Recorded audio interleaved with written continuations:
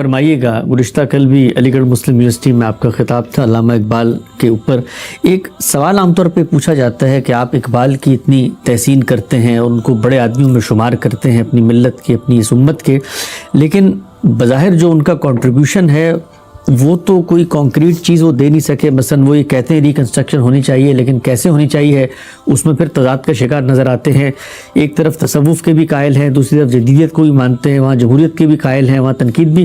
تو لوگ عام طور پہ یہ کہتے ہیں کہ جی غامدی صاحب ان کو اتنا بڑا آدمی بنا کے پیش کرتے ہیں، لیکن ان کی جو کنٹریبیوشن، جس طرح آپ نے کام کیا، کچھ دین کے اوپر محکم بنیادی کام ہے، پوری شریعت کا مطالعہ کیا، تو وہ تو ہے نہیں. تو پھر اس سے آدمی کیسے بڑا ہو جاتا ہے؟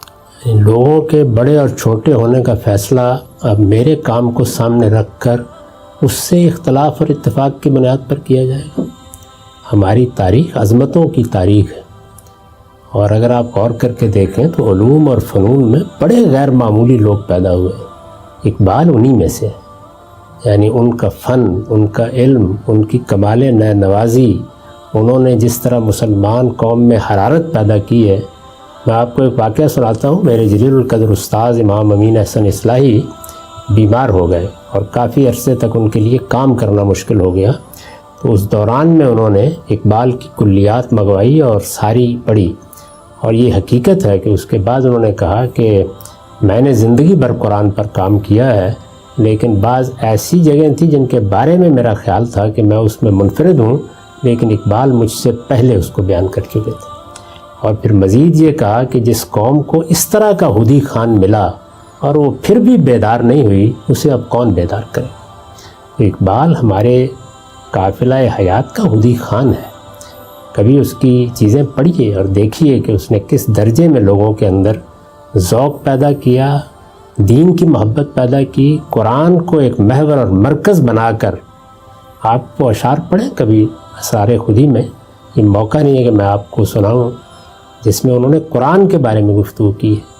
تو یہ کسی شخص کا علم کیا ہے، وہ تاریخ میں کس مقام پر کھڑا ہے، وہ کن چیزوں کو موضوع بنا رہا ہے، اس کی مطالعے کی وسعتیں کیا ہیں، وہ ان چیزوں کے بارے میں کیا نئی راہیں کھول رہا ہے. عظمت کا فیصلہ یہاں سے ہوتا ہے، اختلاف اتفاق سے نہیں ہوتا. مولانا سید ابواللہ صاحب مودودی میرے ممدوح اور مخدوم ہیں، اور میں نے ہمیشہ ان کو ایک باپ کی جگہ رکھ کر ان کے فکر، ان کے خیالات کا مطالعہ کیا ہے.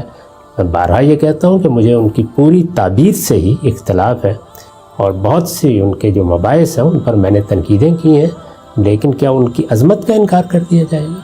تو یہ ہماری تاریخ کے بڑے لوگ ہیں.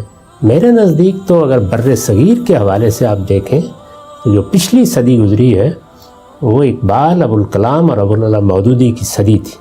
اور ان کی اس عظمت کا جو شخص بھی انکار کرتا ہے، اس کے سوا کیا کہہ سکتا ہوں کہ آپ بے بہرہ ہے جو موت کے دے میر نہیں. اس عظمت کا اعتراف کرتے ہوئے اختلاف کرنا چاہیے. میں بھی اقبال سے بہت سی چیزوں میں اختلاف کرتا ہوں.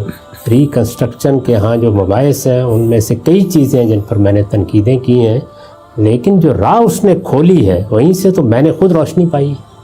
تو اس لیے میں کیسے اس معاملے میں کوئی غلط رویہ اختیار کر سکتا ہوں؟